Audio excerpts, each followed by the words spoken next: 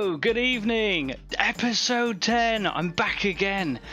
Wow, it's been 10 episodes. I can barely believe that we are this far in.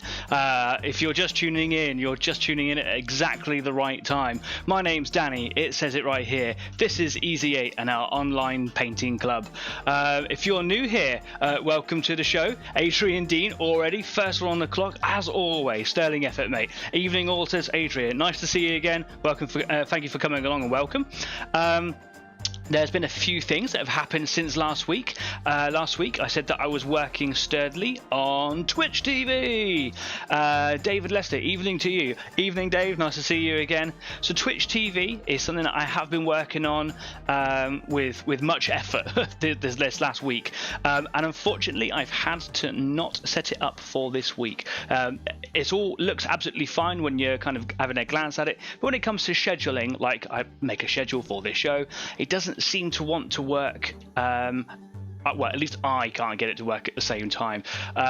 So I'm holding off for one more week. So if you're watching this show from Twitch TV, you can't. So and I'm really sorry about that. But like I've said before, I'm a bit noob to all this sort of stuff. So what might be really easy to other people isn't really that easy to me. I'm learning as I go.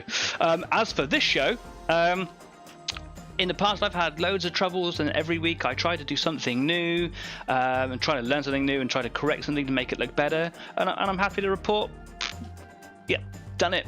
I'm sure all my efforts for working on the studio it's just been going into Twitch. I do want Twitch to be up and running because I think that there's a massive lineup of viewers out there who have interests in video games and all the tabletop games. I think they kind of go hand in hand. So I definitely want to reach out to those people. A couple more people in the comments there. We've got Luke Garlier, evening to all, and Jeff Lacey, oi oi. Nice to see you guys again. Our regular viewers all on time. I love it. It's brilliant. Fantastic. So yeah. Episode 10, who would have thunk it, right? I remember thinking about this show way back when it was just an idea back in early last year. Thinking, wouldn't this be a great idea to do? And then kind of had the nerves and put it off. And then obviously the pandemic kind of came around, and then here we are. 10 episodes in and going strong. And I'm happy to report that we've got Instagram, we've got Twitter, which anything, but Instagram and Facebook and YouTube. We've got more subscribers on YouTube. I thought that it was going slow and I just keep promoting it, but it's picking up like all across the world, and I'm absolutely beside myself with that. It's fantastic. So thank you very much. If you are one of our newer or even one of our older YouTube subscribers, thank you, cheers, it really helps. Instagram, we're now to I believe I got it on my phone right here, but I think we're up to 62 followers on there. Of course that doesn't do anything other than just kind of promotes the photograph that I put up there, but of course that's all advertising. That kind of shows you that we're here doing stuff, or at least I'm here doing stuff. But here we go, 62 followers. That's up from last week. So again, if you're on Instagram following us, thank you very much. And I'm going to talk a little bit about Instagram in just a minute, because I said that I was going to shout out all of our followers on there.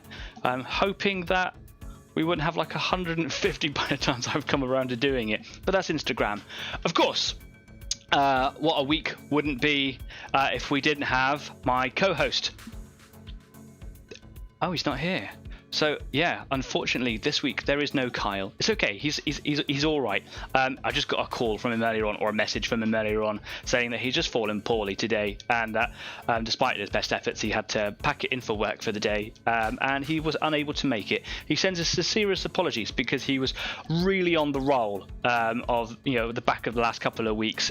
He's done more work than I have in terms of painting, and he's getting really psyched up. And I went and bought the Warhammer 40k rule book, and we were just getting so psyched about it all, and then he just fell poorly. So unfortunately there's going to be no, I can't do it. Can I push Kyle away?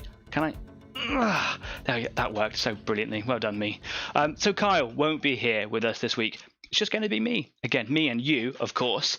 Now I've got followers starting to pour in from all corners of the globe, and I'm really happy to report that we are reaching out into Europe, which is really cool, and we're also reaching out to the western coast of America. So that's just incredible. How much further west can we go before it goes east. I mean, at the beginning of last week, one of our regular viewers, who I didn't realise was a regular viewer until he started talking to me on Facebook, comes from Idaho, right over there on the border of Washington, so almost on the west coast, 8 hours behind us. So if he's watching it live, then obviously it's really early for those guys over there. And just the other day I had another subscriber or follower all the way from California. It was a subscriber, and I was actually talking to that guy direct last night. So if you guys are watching as well, thanks ever so much for being followers, for being subscribers, for talking to me directly, and those guys have actually been talking to me about becoming guests on the show as well. I was trying to get a gentleman by the name of Jeff Cleghorn, or Jeffrey Cleghorn if you prefer. Jeffrey, J, Bob, I don't mind. Let us know. But Jeff's been talking about coming on the show as a guest. I was trying to get him on for tonight, and it's been really good to have Kyle here with us, or in the absence of Kyle, to have another person on with us. But unfortunately, I only got the email about 5 minutes before the show started. So sorry, Jeff, we couldn't organise it. But perhaps for next week, and we'll get you and Kyle on the show. We'll actually have some guests, and that'll be really, really nice. But there's a lot of setup that goes for that, obviously behind the scenes of the studio. So Adrian's put in the comments, get better soon, Kyle. Yeah, man, he's fine. He hasn't got like COVID-19 or anything like that. He's just fallen a bit poorly and was finding it really difficult to kind of concentrate. If you've got to take the day off work, man, you can't not work and then go play. That's not how it's done. So yeah, and he's really good like that. So yes, Kyle, I hope you're probably watching live. If you are, buddy, hope you're feeling better soon, mate. And let us know how you're getting on. So let's pop over to my Instagram thing here. My Instagram thing, and I'm going to have a look to see all my followers, and I am going to give you all a shout out. I hope this doesn't take too long. Also, there are some names on here that look like they're very difficult to pronounce or potentially foreign, and if I get them wrong, let me know. I really, really don't want to offend you, because I just completely not educated enough to understand how to pronounce it, or if it's just a name that you've chosen and I just pronounce it wrong, sorry, just let me know and I will correct it. But 62 followers on Instagram, and I thought that this was because a lot of the new subscribers have come directly from Instagram. This is working really well, so I wanted to give you guys a shout out to say thank you. So starting off with one of the hardest ones to do on here, looks like it could be Eastern Chinese, perhaps something like that. I'm going to give it a go. Zhao Qian Jian Tai. That I think was the hardest one. Thanks very much, man. We've got Perswick Waff Waff. We've got Zero Friends Today at Zero Friends Today. We've got Verfulbar. We've got Woodcut Apparel. We've got Seth William. Warganizer app. Talk about Warganizer app a little bit later on. It's really cool. Imperial Hobby Paints with Tyler Richmond. We've got Try Hobbies. Tony Kaufman at the Flesh Terror 99. Tony OG for Minis for My Son. Terrain Mouse. I hope I pronounced that one right. Strategy Games Stooges. Slug and Chainsword. Shadow at 3D Demon 30. Samuel Dalgaish, I believe. Warhammer and Media. Rich at Hobby Vault Wargaming, Raymond Manic at Sherman Modeler, Rafa at Swiss Flames of War, Fex027 at Alex Melker Scale Models. Some of these are really difficult to say when you put on the spot. Pete Kukloff at Pete Kukloff 86, MXNSTN. I don't know if that's something that I should say or if it's just some letters. Mike Wheeler at Bulge Temptingly. You guys choose some funny names. Michael Cohen at Michael Cohen 67. Luke McCall at Possible Heretic. Luke Gallia, one of our subscribers. Thanks, Luke. Lewin Leon Kerr. Lee Brett at Agent Squirrel. Lachlan at who's Lachlan? Kyle Dunn. Hey, he's absent today, but he's following on Instagram. Cheers, Kyle. Thanks, mate.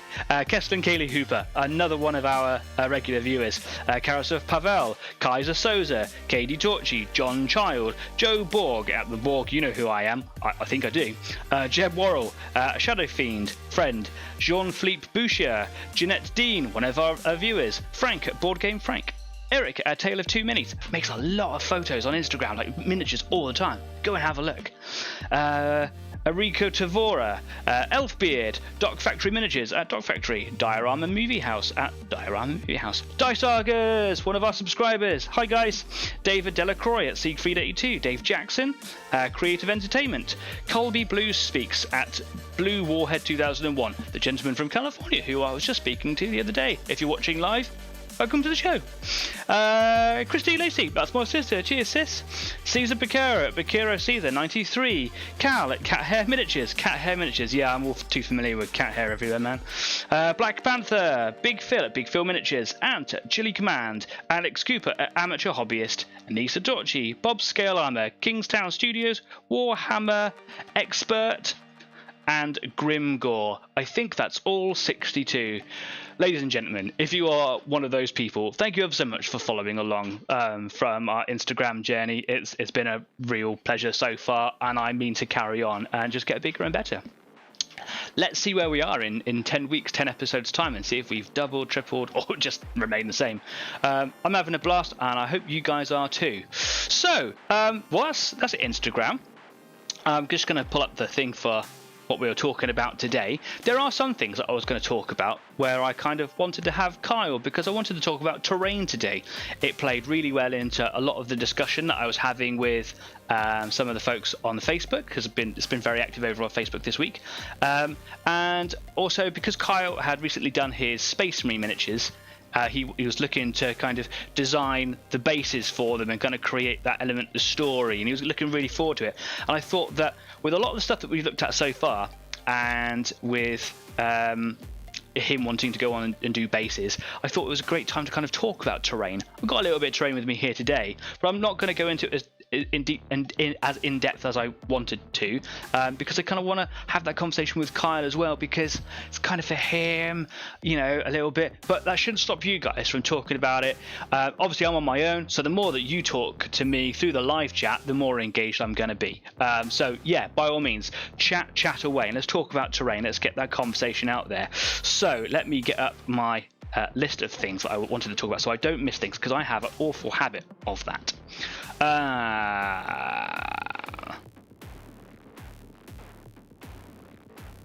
No, I've lost it. Whatever, we'll come back to that in a bit. So, if you look at the description for the comments in this video, I've pinned a comment at the top up there. This is because I got very excited about a video today that was put up yesterday by LPJ Models, one of our regular viewers. James, if you're watching right now, mate, it was a brilliant video. I absolutely loved it. It's only about 15 minutes, and it's absolutely worth every minute of your time to go and watch it, because it plays directly into what we've been talking about in previous shows, not too far away, talking about washes and how to use them. So it talks about pin washing and sludge washing, the acrylics and the enamels, the differences between the two, and how they interact with each other. And it's really important. It's something that I've never thought about. I certainly never have brought it up here. So have a little click on that link. I've liked it, commented on it on myself. So when you've got yourself 15 minutes of time, not during the show, man, stay with me. But definitely go ahead and watch it, because I've actually been playing with washes today, and it kind of got me thinking. I've been experimenting, and I'm really interested by a lot of the results. And I'm going to share those with you in a bit. But yeah, if you've got some time, click on that link to LPJ Models, and it's just a 15-minute video on washes. It really is really intuitive, and it makes a lot of sense. So yeah, hey James, if you're watching, mate, it was a cracking video. Thank you very much. Adrian's put, speaking of terrain, current paint project is the Fortress of Redemption. Tis a beast of a model. It is a beast of a model, yeah. I've seen it in Games Workshops when it's all been kind of made up and displayed, but a friend of mine who I used to work with alongside Kyle has, I think basically he just spends all of his money on Games Workshop stuff and other games, but he's just a fanatic for games. He loves them. So I went over to his house one day with Kyle and a bunch of friends, and we played some games. Obviously this is pre-pandemic, and he's got at the back of the room there was a big cupboard. There were two doors at the back, and I peered through one of them, and it was all wreathed in shadow, and at the back there's another door. It's basically like the eaves of the house, and it was filled, absolutely filled, man, with unmade Games Workshop stuff. It was a real treasure trove, and in there were like 3 Fortresses of Redemptions. They're enormous. So Adrian, if you're cracking on with that project today, like, I'll be really interested to see some photographs of it. Do let put them up as you go and along tonight, so people can go and see it. But put those photographs up on Facebook, because I think it'll be really, really cool. So yeah, I'll be interested to see how it comes out. I don't have anything that big. I'll show you what I've got here in terms of terrain. I'll bring you over to the workbench. Let's get away from here. Let's leave this place. here we are. So I've got this fella. So this is, I can't remember what it's actually called. It has a name from Games Workshop. It's obviously the Imperial Eagle. A lot of the terrain from Games Workshop is based around the Imperium, because it's kind of like their main character, I suppose. And I kind of did it Fallen Rubble, and I was never really that happy with it, and I never really thought of why, so I just kind of put it away and left it. There's a couple of skulls in there which can be picked out, and I just kind of sprayed it grey, stained it various colours, and then left it, and I've never really been that happy with it. But I thought to myself, if this is such a massive sort of feature on the side of a building, it's something that they're really proud of. It wouldn't just be standard grey, would it? It would be something like bright silver or bronze or gold, something that really stands out and is like a really what's the word, sort of ostentatious material. So piggybacking off of what we did a couple of weeks ago, playing around with all the golds and metallics and things, I think I'm going to spray this one up. I'm going to do it gold, and I'm going to do exactly the same sort of techniques that we were talking about when I was painting up that little Terminator for Kyle, who I've sent it to, and he has now he's got it. I think I'm going to do the same effect on that. I was thinking before I dug it out of the cupboard just earlier on, the cupboard that is right behind me over there, that, oh yeah, I'm happy with all the sort of rubble and the concrete and stuff like that, and I'll just repaint this. So I was going to mask it all off as I went, so I didn't have to kind of do too much cleanup. But actually, I'm looking at it now and I'm going, it's actually a really rubbish job, and I should be quite ashamed of myself. I've done very light dry brushing to pick out the edges. You can barely see it. So yeah, I'm just going to kind of start again with that. The reason I was going to mask it all off, even though I can be quite careful with the airbrush, is that after playing around that Terminator model last week, or a couple of weeks ago, there was a very, very fine, you can still see it on my, you might not be able to see it on the camera, but there's a very, very fine micro glitter across the surface here, which means that it kind of, even though I was spraying very accurately, it kind of does travel, it becomes airborne, and I don't really want to, you know, get it over everything. But because I'm going to do the whole thing, I'm just going to spray that down today. So that's one thing that I'm going to do today. The other thing that I'm going to be playing around with are my zoanthropes. I love me a zoanthrope. I had a little quick look at these the other week, where I started neatening up the grey colour on their carapace because they were a little bit uneven and unfinished. I did a little bit on their brain, so I just painted these like an off-white colour, which is the Vallejo bone white, and then I stained it with Carabao crimson. It's a really, really simple and easy effect to achieve, and if you're looking for that kind of quick effort, then I really recommend it. It's really good. And then today I've been playing around with black stains, black washes, and I'm really impressed with the results, because I've been struggling. If you've been following the show, I was struggling with the Biovore. The Cursed Biovore is now finished, and it is right here.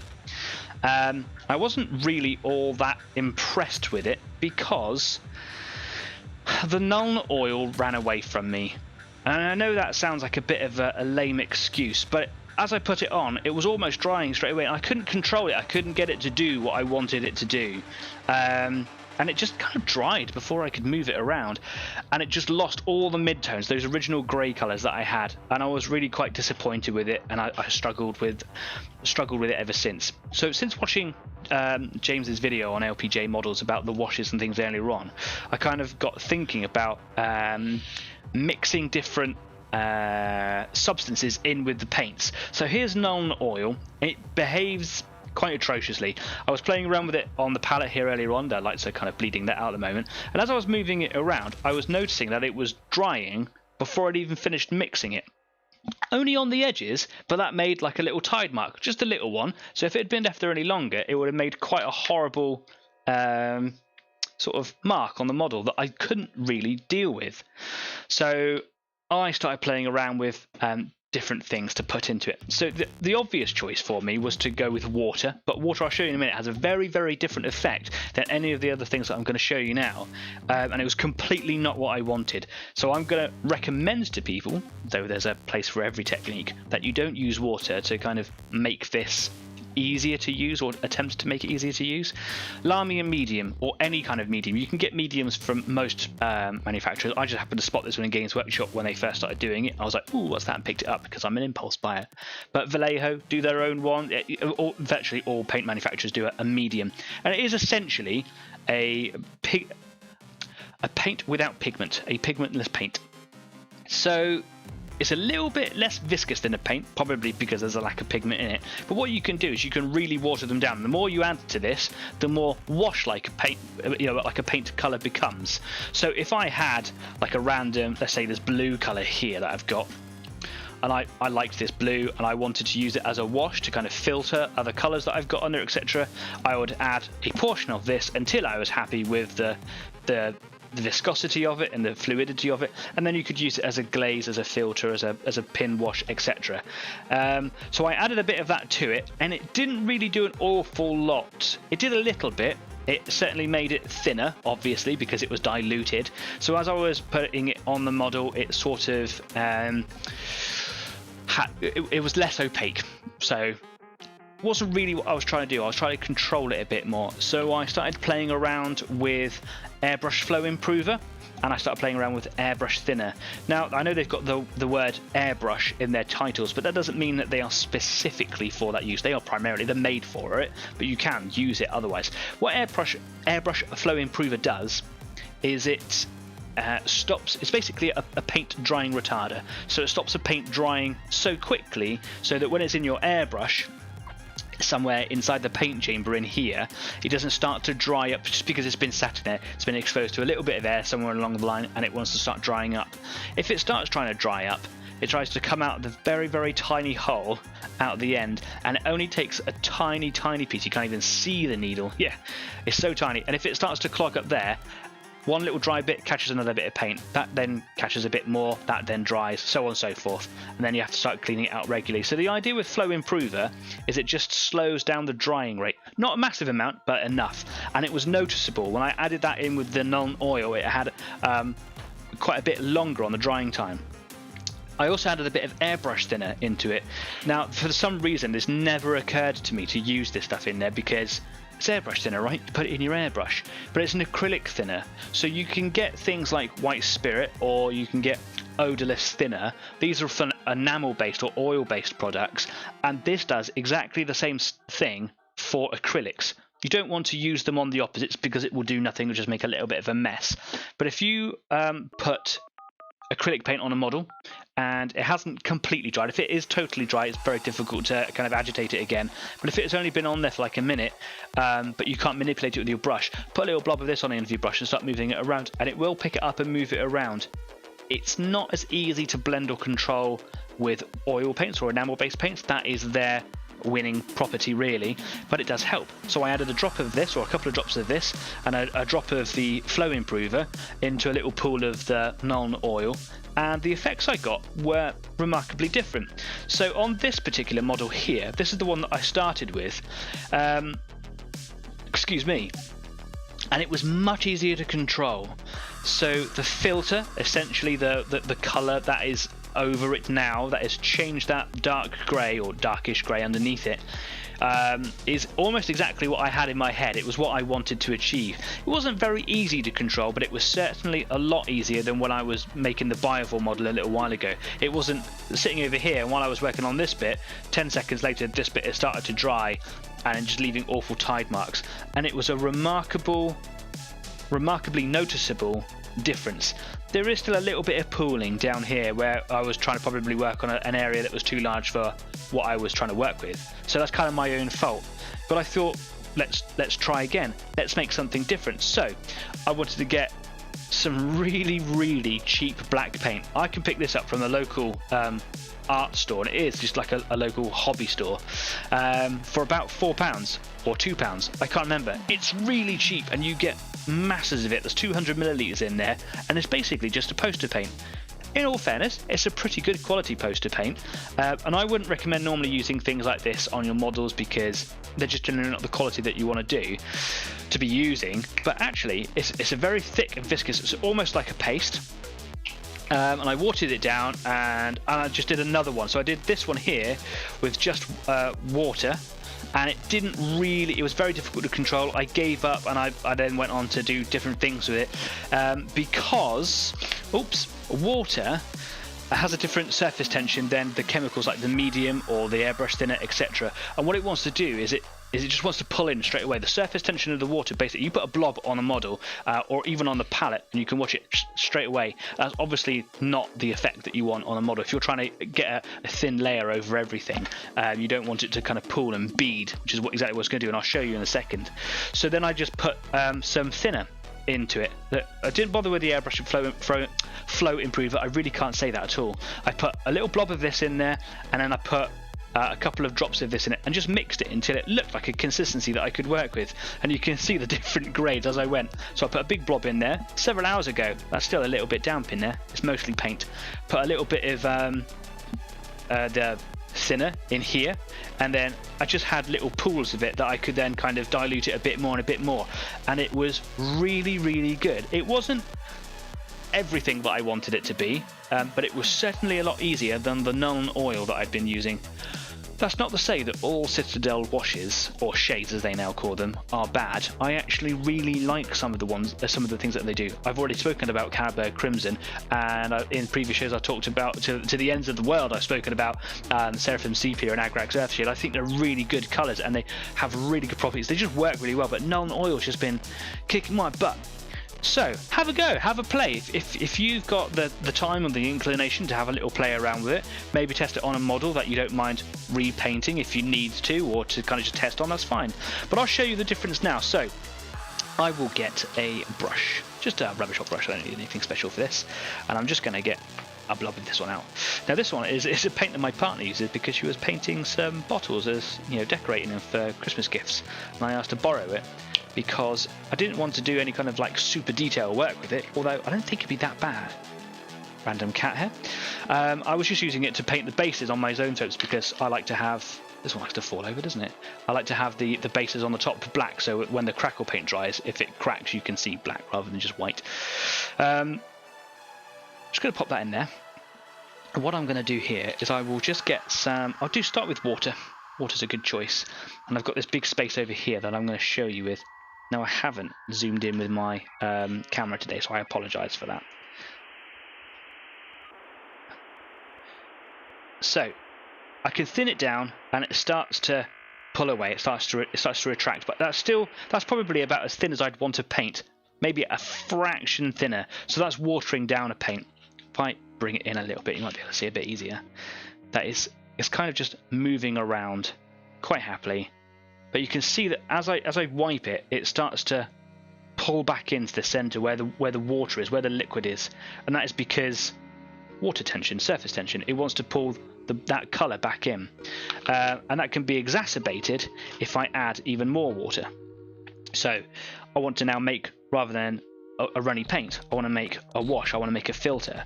So here we go, and I can add a bit more pigment to that. What I'm going to do is I'm just going to wipe a blob over here, and you can watch it recede.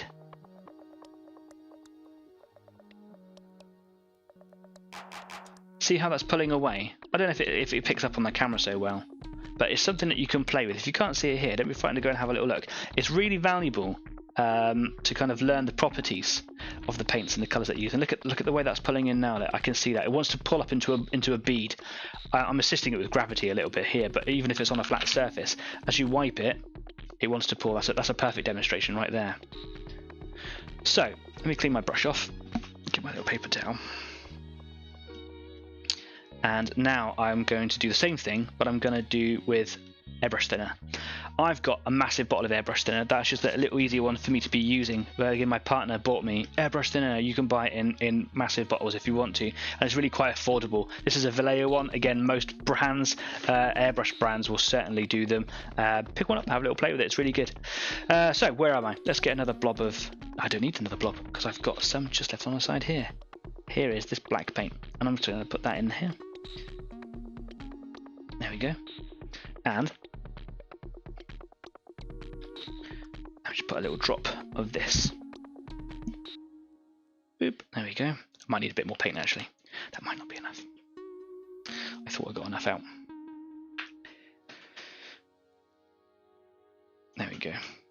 what I like about this stuff is that you can just kind of scoop it out the nozzle with your brush, and you get more control over what you want. Right, so I've got paint on the end of my brush. I've got the airbrush thinner in there now. Quite a bit, it comes out of that bottle quite fast. So I'm just going to put a blob over here, and I'm just going to dip my brush into it, and then I'm just going to keep on watering it down. Let me just get the paint off my brush so that I'm not just moving that around everywhere. Airbrush thinner, there we go. It takes a little bit. I haven't got enough, clearly.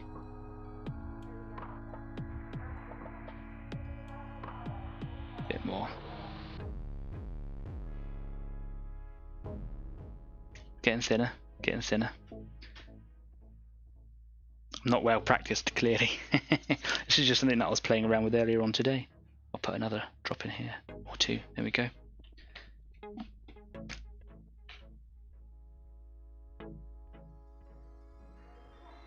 There we go, we can see the difference already. I'm kind of moving it around here. It still wants to pull in, it still has surface tension, it's still a liquid, but it's much less inclined to want to bead immediately in such drastic measures. And of course I can affect that by adding more paint. I can make it thicker if I want to, and that certainly gives you much more control. And the paint is still really rich in colour, and then I can create my filter from here. If I want to go really, really thin, I can add a bit more here. There we go, and you can see the difference here from this big blob. But as I move it, as I wipe it, it beads a little bit in the middle, like any liquid would want to, but not like the watery paint. So Jeff has put in, it's good stuff, full of pigment, and good to mix with other paints. With the Crawford and Black, is this the paint that you're referring to? It's really, really good. If you're doing massive amounts of terrain building work, something that doesn't require you to be like super focused with detail and effort and things like that, it's just brilliant. I haven't used it or tried to use it yet for like super detail work yet, but I'm quite inclined to give it a go. Normally you think that sort of, what would you call them, just I suppose just cheap paints, just, you know, you wouldn't normally attribute those to being like really good or professional quality paints, but actually so far I've had a really good time with it.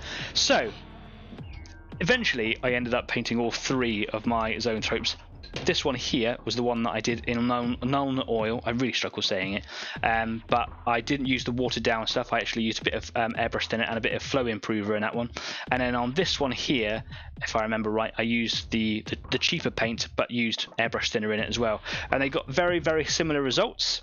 And in fact, this one is a little bit better quality, maybe because by the times I'd finished I was better practiced with it, but also this one here, you know, was using Nuln oil, and I've just had problems with it from start to finish. Sorry, Games Workshop, if you're watching this show and you're like, oh, well, that's our product. Yeah, sorry, I struggled with it badly, to the point where it made making the Biovore not very fun. In the end, I enjoyed everything up to doing it.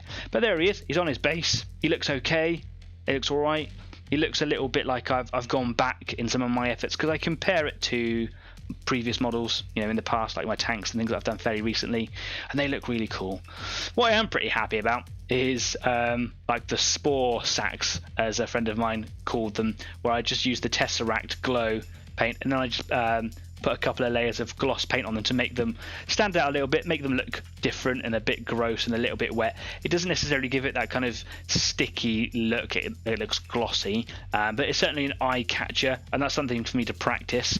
What it does do is it lends a lot of focus to the contrasts, so where it runs into the sort of lines and creases, it looks a lot more stronger, a lot more contrasty, that's a word, and then obviously it looks more yellow on the highlights, so that just kind of makes it look a little bit gross. But yeah, it wasn't the initial colour that I had planned for it, but it's certainly something I can roll with, and it blends in with the yellow quite well. There he is. That is my Biovore. I might add some rocks to the base in the future, but for now he's all cool. If you want to see some better photos of him and all the spore mines that I made, because I've got 20 spore mines to go with him, I put some photos up on Instagram and on Facebook, so if you haven't seen those yet, head on over and you can get a good look at them. Jeff's followed up with I keep hitting my webcam. I mix it in with house paints for big terrain. Yeah, there you go, house paints, because if you're doing something big like a house, you probably want something that you would paint a house with, right? Yeah, cool. So I don't know what I'm going to do. Am I going to do a little bit of work on the zoanthropes, or am I going to start on this? I kind of got both out to play around and do something different. I don't know. I'll probably do a little bit with the zoanthropes because it's about units being done, right? About units being done. So let me know what you're doing today. Get that dialogue flowing because I'm a little bit left out and lonely without Kyle here today. So let us know what you're working on. Adrian's obviously said that he's working on the big Fortress of Redemption. And yeah, if you're working on any projects that are terrain or anything else, yeah, let us know. Ruben Garaby, Ruben from Hostile Galaxy, all the way over from Texas, USA. I believe it's Texas. I could be wrong. Please correct me if I'm wrong. That's a cool terrain piece. I'm a fan. What the eagle thing that I've got here, or the Fortress of Redemption that Adrian's got? Both are really cool. I like things that you can. This is almost. This is kind of the difference, the bit between scatter terrain and ruins, isn't it? Really, but I like to have like cool terrain. I say obviously my dad's a terrain maker, painter, so I kind of started all my wargaming life with cool looking terrain and things. So that's a good cup of tea. Well done me. Let's move on to zoanthropes. So what have I got to do on these things?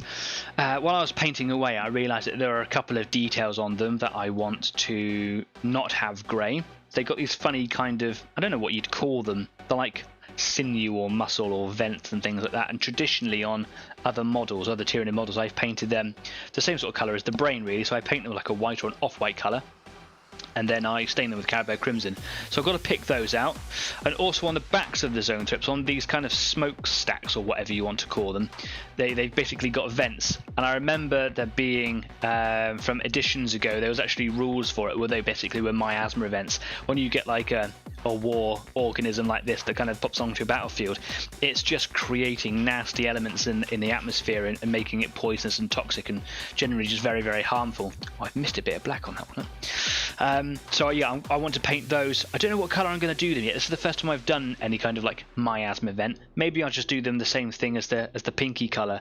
Perhaps I'll do them something different. Maybe I'll make them like that green colour and maybe make it look a bit like a weapon. I don't really know. I'll see where my heart takes me.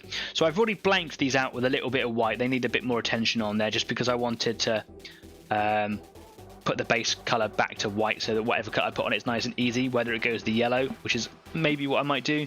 If I go to the off-white colour again, then it's certainly an easier base for that. And then, yeah, I can make my mind up as I go, whatever. So I've got to do those little miasma vents, and I've got to do these little vent or sinew things on the side, whatever they are. They're just little details that make it look cooler. Pick those out. I've just realised on this one, I didn't actually put any black on the tail spike down there. So as I've got a load of black that I've been playing around with just now, I should be able to just kind of fix that quickly, and it should dry pretty quick. So I've got a load of black here with all the airbrush thinner in it.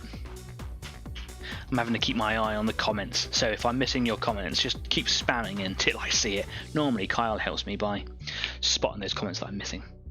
So right, okay, let's just get a little bit of this black filter on there. Now, I bought these zoanthrope models from eBay from a gentleman. Go away, cat hair. Been chasing you for ages. The gentleman on eBay who didn't want them anymore. It was a fairly good price for them because they were already made and they'd been base coated in like a dark blue color. So yeah, I didn't mind kind of buying something that had been made because it was quite easy to do work on them. But as I started painting, I realised that the gentleman, for his efforts into it, he didn't clean up the sprues very well. So I still got like some sprue marks on them. I could go back and start cleaning all these things up if I wanted to, but this show's about getting things painted, getting things done, and I'm not going to get anything done if I start going back over my work. That's not what I encourage you guys to do. If you've got models that have got sprue marks on them, clean them up, make them look really, really special and precious. But I said to myself before I even did this show that I'm going to make my Tyranids, I'm just going to get them done. I'll make them look as good as I can in a shorter space of time as possible. That still takes me years, but I didn't want to be... If I had models that needed going back over, I wasn't going to do it. If I buy more Tyranid models or get ones fresh out of the box, then I will spend that time and I'll make them really, really special. My Hormigons, for example, the ones that I've already done, where again they were a charity shop find in a carry bag and they were really ugly, and I look back on them now and wish I had cleaned them up, but I've got another box of Hormigons that were given to me as a gift ages ago. When I get around to doing those, which hopefully won't be too long, then I'll make sure that they're all cleaned up as well. How do you stand, folks, on drilled barrels is the big one, isn't it? But just generally cleaning your models up. Do you not really give it an awful lot of attention? Do you try to clean it up as best you can? On my, I'll show you a little bit later. I'll dig him out. My Broodlord, the feature that he stood on has a seam line underneath, and I remember at the time going, "Oh, you'll never see that because it's underneath." You see it really well, and I wish I'd put a little bit of filler in that. One of those things, isn't it? So right, I want to now play with the greys a bit more, and the easiest place to do it is on the zone tips, is on the head. They've got a really big canvas. You'd think that that'd be a really good place to start practicing and get things right, but obviously because it's on their head in a very large space, your eyes are drawn straight to it. So if you mess it up, if you get it wrong, then it could show. So I'm going to be careful with it. Also, another thing on these is when I was doing the staining on them, I did what James at LPJ Models has referred to as a sludge wash, which is where you just slap it on. And I've since learned, especially doing the Bifor, that a much more controlled method is much more preferable in what I'm trying to do. So there are areas like on this kind of almost Egyptian style chin piece here, which you can't really see very well, is just really thickly applied. I've tried to remove it, I can't, so I'm going to do a lot of neatening up with yellow later on that fella. But I'm going to get my light grey colour, which I really like, the Administratum Grey from Citadel. The base colour that I use is Dawnstone. So I do Dawnstone, a black shade over the top, and then Administratum Grey. Excuse me, got a bit of a dry throat, probably because I'm talking so much. Okay, looking at all the viewers that are coming online, we've got so many viewers in today. Thank you all much for coming along. We've got another comment in there, Mellabrook111. I never have time to go back. I think I'm on the third variation of the base army colours now. Some units just need to not stand too close together. Yeah, okay, fair enough. Hopefully, this show is inspiring you to get all your old models out and paint things that haven't been done. For me and for Kyle, it's been a really, really fun journey, and finally, after all these years of playing, we're getting there. You know, we've starting to get units that are all brightly coloured, or at least in the right colour schemes. The whole ethos in one sentence of this show is stop playing with grey armies. Put not all the time in the world if you haven't got it, but put a little bit of time into it so that you can go, from a year from now, you can go, look what I've done, and I'm proud of this. This is your hobby. This is the thing that you do. Maybe it's not, but it's worth it. It's worth your time. Your models are worth your time. And that's why I wanted to bring up terrain, is because it's the tricky thing for me. I see so many games where people turn up with miniatures unpainted, whole armies of grey, and in some tournaments I know that that's not allowed. It's banned in that tournament because they want to give it the colour and vibrancy that it's that it's supposed to have. Some people don't have time, that's fair enough. Other people obviously get around that problem by getting commission painters to do it for them. That's cool. But there's always that one unit that you've just got excited about and you couldn't wait to bring it to the table. Nah, I suppose that's fair, that's okay. But then there's just, I half painted this one, I start painting and I couldn't be bothered. Come on, do something with it. Let's get that together. And when you finally get one, when you get a unit done, the motivation is cumulative, and like Kyle's just rolling, and then just by that process you'll get better and better, which is that's what it's all about. But terrain is the thing that I see that gets left behind quite a bit, and that's a shame. So I don't know how to approach this. I don't necessarily want to go in with a very haphazard, heavy dry brush on these. It really has worked for Kyle and his Blood Angels. We obviously looked at them last week on Community Spotlight, And I'm going to try over the next couple of days to make a folder on Facebook where all the community spotlight stuff goes into, because that's something that I've neglected actually, is that we haven't really gone back to see those or given you the opportunity to. So I'm going to do that, make a little folder on there for you to go back and see it all. But his dry brushing is literally his colour. He's sprayed them black and it's just dry brush and it looks really good. It doesn't work on these, but I'm going to give it a little go just to see if it picks out some of the highlights. I'm just going to get a bit of my tissue here, a dry area, clean area. I'm going to brush off most of that paint. It feels really wasteful, but sometimes the efforts really pay off. I've got a really nice squirrel fur brush here, and sometimes it really gives me good effects. Other times it can be quite heavy, but I'm going to be very, very light, and it might just be the blending thing that I need. And what I want to do is I want to go against the grain of these kind of carapace marks here and see what it does. And if it doesn't do it, I try and wipe it off my finger as best I can, and then I'm just going to go back to pin lining and things like that and see what happens. So let's start down here. Let's see what happens. If I don't go too heavy, it's enough just to bring the colour back again, which it seems to be doing, and it picks out some of the softer details. Yeah, actually that's actually pretty good. I don't want it to cover over the filter too much, especially in the recesses, although I can always go back with a bit more wash and do some pin washing. Actually, that's not too shabby. As long as I keep it nice and gentle.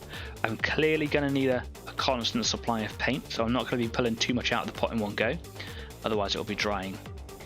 Now I know that I haven't got my camera zoomed in very well today, and my brightness levels appears, it could be affected by the bulb that I'm looking at here, but it appears that it's quite dark on the screen. It's one of those things that I have very little control over at the moment, but if you can see it, cool. If not, I'll put some photos up on the Facebook page for you to have a little look. Right, it's just softened the filter of the black that I've put on. What it has done, and I know that it's something that I change later on, is it has taken that glossy sheen of the wash away, that shade away. Even non-oil in the non-glossy version, because there are the non-gloss and the gloss versions, has a certain sticky looking shine to it that isn't really what I want at all. But you know, you can affect that by putting a little varnish clear coat on later on. I do mine all by airbrush, and it really does the job. But as I'm applying this dry brush, it kind of it's just allowing me to see that I'm on the right steps. Obviously being very careful not to get it on any other colours, so this isn't, you know, go really hard, go really heavy. Worked for Kyle's Marines. I wanted it to be quite precise, so naturally dry brushing sounds like quite the odd thing to do. And what I can do is I can compare it to the other fella beside him, and I can go, oh yeah, a really soft effect, and it's working really well.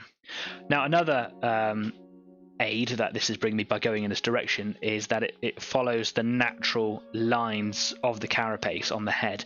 This is where I really started to struggle with the Bivor, is that the carapace on the Bivor doesn't really have a natural sort of shape that you'd expect from this sort of thing. This is very reminiscent of the Alien Queen, isn't it, from Aliens? But if I take you back to the Bivor here, it's almost block slabs.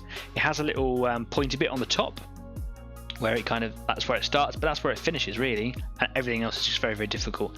His head was fine, but it's very, very tiny, and I added a spike on the back to kind of stop it making it look so mechanical.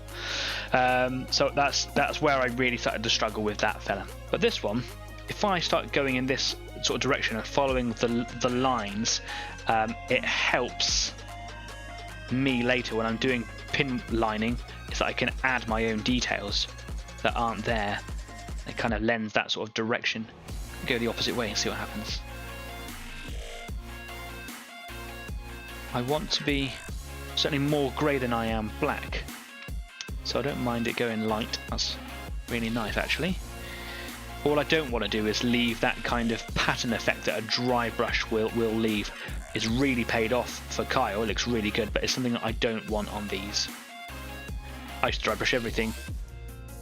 It works for some. It worked for me for ages, but I'm trying to move away from it a little bit. Okay, that's a good start. I might leave that there, Might see if I can get a little bit in behind just to kind of brighten up those bits in there as well. And then the rest I'll do just by the detail brush or the Citadel. I think it's the medium layer brush. Yeah, the Artificer brush. I kind of put the point right down, and that's what I use for my details. It's not the best brush for details. It's a very good medium layer brush, as the title would suggest. But it's one of the reasons that I want to get some expensive brushes now, is that you don't actually, if you're going to do tiny details, you don't want a tiny brush head. You actually want quite a large brush head that goes down to a very fine point. So sable is a very good material to use, because natural hairbrushes maintain their shape better than synthetics. In fact, synthetic ones go out of shape very quickly. This is a sable or a squirrel, which I think it is sable, and that shape never goes. So yeah, that's something to consider when you're applying your paints.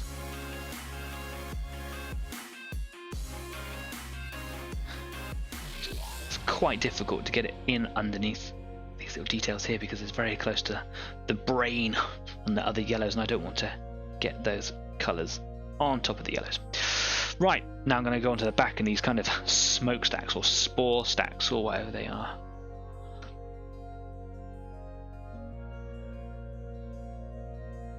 Just trying to go in the direction that they're in. There we go. And then I just rub it just quickly sideways, just to pick out some of that, like there's little cracks and splits, and obviously it's easier to get those details by going against the grain, if you like. But yeah, there we go. It's coming out really nice, actually. I didn't actually have such high expectations of it, but it's coming out really well. Keeping my little tissue close by.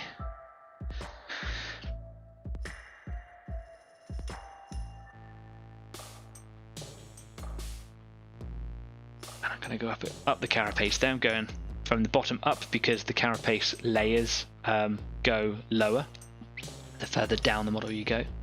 It sounds really obvious, doesn't it? But for someone who's not really done this before, it might be the lesson that they need. Cool. I'm trying to not have this up and down effect when it comes to the stacks. They're actually that direction is going this way. The carapace here is going that way, and I've just noticed up close, which you probably can't see on the camera again, that as I go here in this direction, that it has affected the smokestack ever so slightly. You're probably not going to notice it in the end, but I want to avoid it wherever possible. What I can affect now, the easier my job will be later on. It's actually looking really good. Again, just a little bit against the grain on the side of the carapace there to pick out some of the cracks and splits. Okay, this is going to be a bit difficult doing it on the inside. It's all very close in there. My brush is quite wide, so I'm just going to go to the other side, and I'll make that a tomorrow problem or a later problem.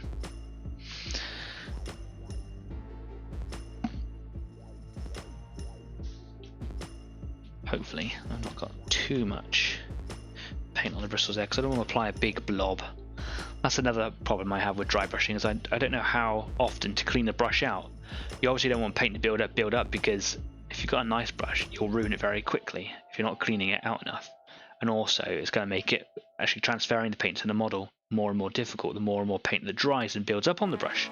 But as soon as you wash it, your bristles become saturated, and it's very hard to dry brush out to the point where you want to then dry brush, because any moisture in the brush is just going to activate the paint. If you've wiped it all out, you're going to be smearing. I do it all the time as an accident. So I'm actually really interested to know what you folks do. If you do a lot of dry brushing, is that something that you're used to? Is that a problem? Do you clean out your brushes regularly, or do you just have really rubbish brushes that you don't matter if they kind of get damaged or whatever? Because I've got a couple of brushes like that, but nothing really applies the paint as well as this brush that I got here. Obviously I can't use it for everything, so I do have to go to my other brushes. I even use my Artificer brush sometimes. I've noticed on this one here there's a little bit of pooling where I didn't really apply the black, so later on I'll come back and I'll put another bit on there. That was because my light was fading. I was doing it in my other studio, my living room, and the light was fading because we're obviously still in winter here in the UK, and it gets dark by about sort of 4 PM. But I wanted to really get all that staining, all that shading done before the show today, because I've done a lot of it recently and I don't want to keep on doing the same stuff. which brings me on to what am I going to do in the future shows. I don't want to always be doing Games Workshop models, because it's not all about Games Workshop. It's about other games and other companies and manufacturers. There's some wonderful models out there. Maybe I don't want to just do models for games. Maybe, like Kyle says, not do a nice Airfix model.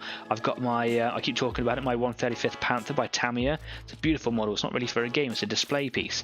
So I think I don't know if next week or maybe the week after, see how much I get done on these zoanthropes, is I might go and do a different model. So I've been thinking about what shall I do.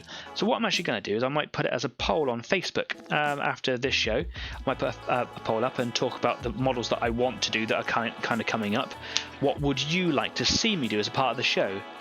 I know that the show isn't necessarily, the content isn't teaching you to do stuff, so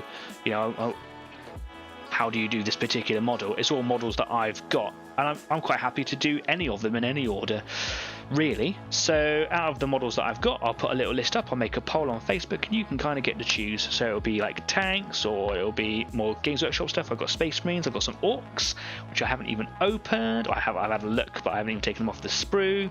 So, there's things to do. There's also other games that I play. So I've got 15mm tanks, I've got 28mm tanks, and armored fighting vehicles. I've also got Hot Wheels cars. I was struggling to think of the word there. Hot Wheels cars for the game Gaslands. It's a brilliant game. I spoke about it briefly in one of our earlier episodes. It plays a little bit like X-Wing, if you've ever played that. It's similar, but it's not the same. But they don't make any models for it. The people who wrote the book just wrote the book and said, you should go and use Hot Wheels cars. You can play it in any scale, and all the templates that you use for movement can be photocopied, and it's got like percentages conversions for it, which is really cool. So you can play in 1/28, or you can go right down to like micro machines, sort of sizes if you want to. But there's a whole community out there of people who just convert Hot Wheels cars, and I've done some myself.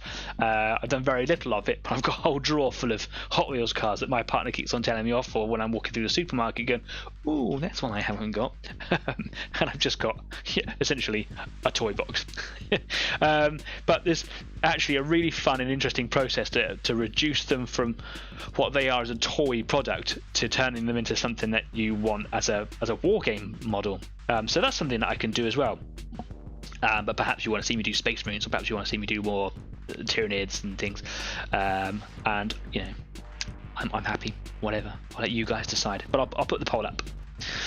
Jeff Lacey said that he uses hundreds of rubbish brushes. Yeah, again, because you're a master terrain model builder, so you're just making massive terrain pieces all the time, where you have obviously your few detail brushes to pick out some details, but otherwise it literally is like 6-inch house brush. Maybe not that far, but you know what I mean. So yeah, for what you do, that's probably ideal, isn't it? Kyle received his brushes in the post, he told me the other day. So another thing that I think that this channel has been really successful is the community. It's something that I didn't expect, is that people would be trading physical resources. Kyle was blown away by the gesture, so thank you very much to Jeff, that is my dad, for the brushes to help a guy out, because he didn't know what to do and he didn't want to go and buy brushes just to go and ruin them maybe. So yeah, when you gave him a load of cheap brushes that you didn't really need, he was stoked. Another reason why he's a little bit upset about not being able to come today. If you're watching, mate, yeah, sorry. Okay, I think I'm going a little bit too heavy in some of the areas of this dry brush. It's doing a nice job, but I don't want to ruin it. And we are getting a little bit close now for our interval, so I will just bring you up to this screen here just to kind of prepare you, warm you up for a 10-minute pit stop. So if you need to change the water for your brushes, if you need to go to the bathroom or something like that, go get yourself a fresh cup of tea or coffee if you're over there in America. I'm a tea drinker. Sorry. God, it's quiet without Kyle in it. Who yaps a lot? Him, clearly.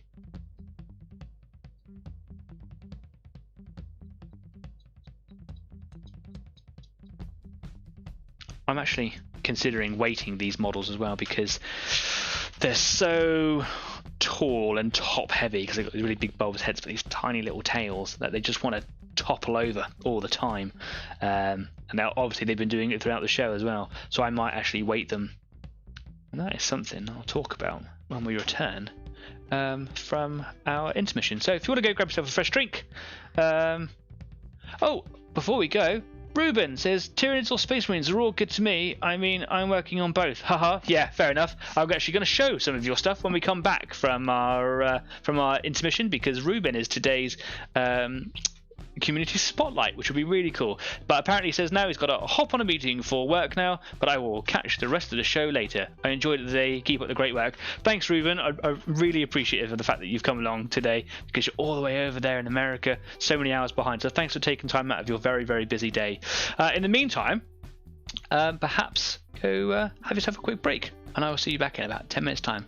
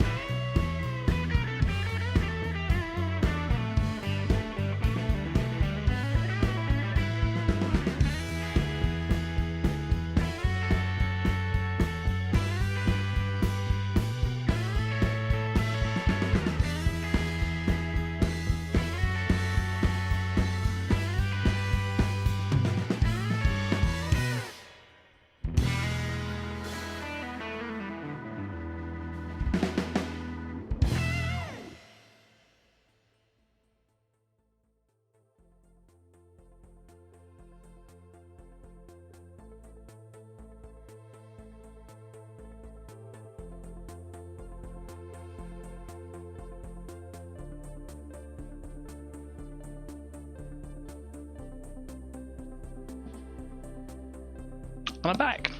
Didn't actually go anywhere because I've been struggling with some computer problems. I'm really sorry to report that today I'm not going to be able to bring you Community Spotlight. Something has happened, or I've been a pleb and I haven't done something right. Probably that one.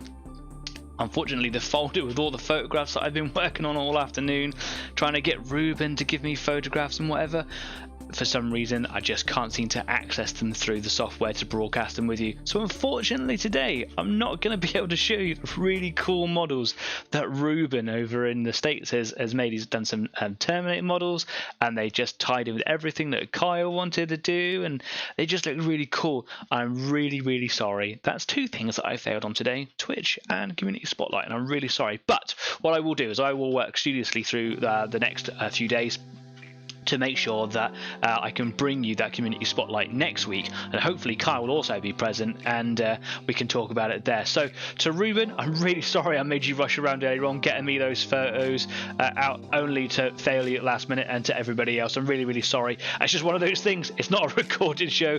I can't go back and do that now. But what I can do is shout outs. I shout out loads every week about the same people, and then there's new people as well. Like I said in the past, I'm not going to go back over all the old stuff. If you want to see all those older shout outs or whatever, then please by all means go through the description of this video, and you will see down there a big long list of all the different shout outs. What I can mention very quickly is that Colin over at Foxtrot Models has recently, or Charlie Foxtrot Models, beg your pardon, has recently started back up again after he took a small hiatus over the festive season from New Year and Christmas and what have you. So if you want to get yourself some laser cut terrain, then you can head on back over there, because he's now producing again. Yeah. I also wanted to shout out again to Just Play, because I bought a load of stuff from Just Play just the other day. Just Play are in the north of the UK. I wasn't going to shout out like a massive shout out to them again, but I'm going to, because they sent me a really nice, not a note, but a nice thank you letter, because I bought some Magic the Gathering cards, because I play Magic the Gathering with my partner. I also bought the 40k rulebook. Yes, it's huge. And Just Play UK have a really good deal on it at the moment for £35. I don't know what that translates to in other currencies, I'm sorry. Maybe £35 isn't the best deal, but I think it's a really good deal. The guys at Just Play and Richie, who I think is the manager there, they just have a really good attitude to customer focus, and they're just really nice people. So if you're looking for a copy of the rules or any other bits and pieces, you should definitely head over to Just Play UK. This is not a paid advert for them at all. This is all my own opinion. When I first ordered stuff from them, they sent me a little thank you note. Oh, thank you. And at the bottom it was handwritten there. Hope you like the clippers. A great product, because I bought some little snips that I will do a small review on sometime in the future. So they actually reviewed my order, had a look through it all to make sure that it was all right, and then had comments to make about my purchases, because they're experienced in what they do, and that was just a really nice thing. I had a second package with a second letter from them. I can't remember what I'd done with that one, but it was just another nice message on there as well. And then when I bought my Magic the Gathering cards in his rulebook just yesterday, this one came in there. I said, hey, we're shouting you out on the show, and I got a nice handwritten message from Richie. They're saying, thank you so much, Danny, you're welcome, man, thanks for supplying the community with such a great shopping experience. They don't just do Warhammer and Magic the Gathering, and they supply so many products from various companies, board games, card games, hobby supplies, you name it. They've got so much stuff there. And also, when we're not in lockdown, you can pop in and you can play games with your friends there as well, and actually have a bit of an experience. A great place. That's Just Play UK. Links again in the description. So yeah, that was really cool. On Instagram, there was Warganizer app. I've had a quick look at them earlier on. From what I can tell, they basically have made an app called Warganizer, as you would kind of think. It seems to be made for tablets or iPads and iPhones. Unfortunately, I don't have Apple tech. I'm an Android guy. But if you do have an iPhone or an iPad, etc., then you can download the Warganizer app, I believe for free, but I could be talking rubbish there. And it's a way of organizing all of your war games. So various war games that you can play out there. you can basically make your forces, crusade forces, etc., etc. You can play your games. You can keep track of all of your scores, and it's a really good thing for playing campaigns and tournaments and things like that, where you can basically, it's a chart of all of your forces and all of the games that you've played. I think it's a really good resource. Unfortunately, if it is just for Apple products, I can't really get anything out of that because like I say, I'm an Android user, but I'm going to have a go because you never know. See what happens. But if anybody else has Apple products and they fancy giving it a go, yeah, download it, have a go. If it doesn't cost you anything or you don't mind paying the money for it, I mean, obviously the guys have worked very hard, so if you're interested, then you should definitely pay the money for it. And then let us know how you get on, how it works. I think Kyle might actually have an iPhone, so if you're watching, Kyle, go have a little look and see what it's all about, because that ties in very nicely, I think, with Battlescribe, which is something that I wanted to talk about because I accessed my list of things that I wanted to talk about during the break as well. Battlescribe plays very nicely into all of this because I've got the rule book for Warhammer 40k, so I can start making my forces. I can plan what units I want to paint up. I can start kind of getting excited with Kyle because obviously he's making his crusade forces. My housemate, who's working upstairs currently on his Eldar, is also looking through the rule book and he's thinking about making his own crusade forces. And Battlescribe's a very neat way of being able to make your forces, make sure all the points all line up, and then you've got like a proper rigid document for your force.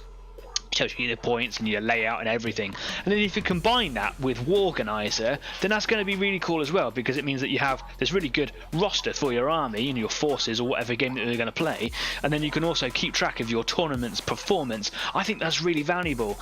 I know that I'm a narrative player, but there's no harm in having all that information. I want to know if I win and by how well. I want to know the numbers as well as the story. So yeah, Warganizer, they've got their own Instagram page on there as well. There's an app page where you can go and download it. I only recently started looking at it because there's so much stuff that I've got to focus on to present the show every week that I can't always give everything my full focus. But now that I've seen it, it's going to be one of my next things to go and do. So I'm going to go and have a really good look, and I encourage you to as well. So that's Warganizer app and Just Play UK. Great, cool. If you've got any content that you have made that you want to bring to this show for free, because it's not an advertising thing, I just want to talk about it and get it out there, then hit me up in the comments or come and find me on Facebook, or just get in contact with me like some people already have, because I want to share this stuff with you. So if you've got a private business, if you're a part of a company that just makes really cool stuff that you want to talk about, then let us know. Also, if you've got models that you've painted or stuff that you've done and you kind of want to show it off a little bit, maybe get a bit of feedback, a bit of praise, or just kind of show off your standards of improvement perhaps, then this is also the place for you. Just not today, because I ruined everything and I'm really, really sorry about that. But that's a live broadcast. Things go wrong sometimes. I apologise. So yeah, what have you been doing since the intermission? Adrian, with your Fortress of Redemption, have you actually got far in it yet, or is it still the titanic beast of work to be done? I'm quite interested to find out how that's coming along there. I'm going to go back over to Workbench. Here we go, Workbench. So I've pretty much finished 2 of my zoanthropes. I want to try and crack on a bit because I want to do a little bit of airbrushing today as well on the show. So I'm just going to try and finish this bad boy up. Where's my paint? There it is. One thing I don't do with my dry brushes, I don't get more paint out of the pot with the same brush. I use a different brush and then I clean that one off straight away, because I don't want to be overloading that brush and dry brushing with it, because it's a good brush. I try to keep my brushes all pretty clean. As clean as I can. I was just trying to learn how to clean the dry brush just by really vigorously brushing out to try and stop that build up. It's sort of worked a little bit. There's some flakes coming out of it there as well, which obviously I don't want to get on my paintwork. So another good reason to perhaps have a clean dry brush. Anyway, get a little blob of it on there.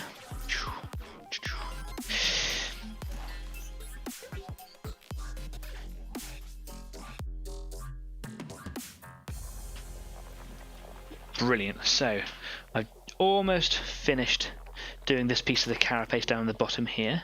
What I'm going to do is claws. I did a little bit on the tail, but I don't want to be relying on this technique as the highlight, so I'm trying to not go too far with it. Just not go too mental. But because you see results of it quite quickly with dry brushing, it's quite tempting to want to make that your go-to highlight, and I don't want that today.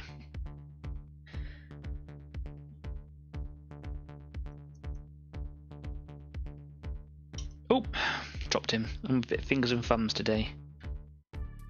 I've fingers and thumbs all the time, to be honest with you. I'm a real klutz. Perhaps I shouldn't be painting models. I like it too much.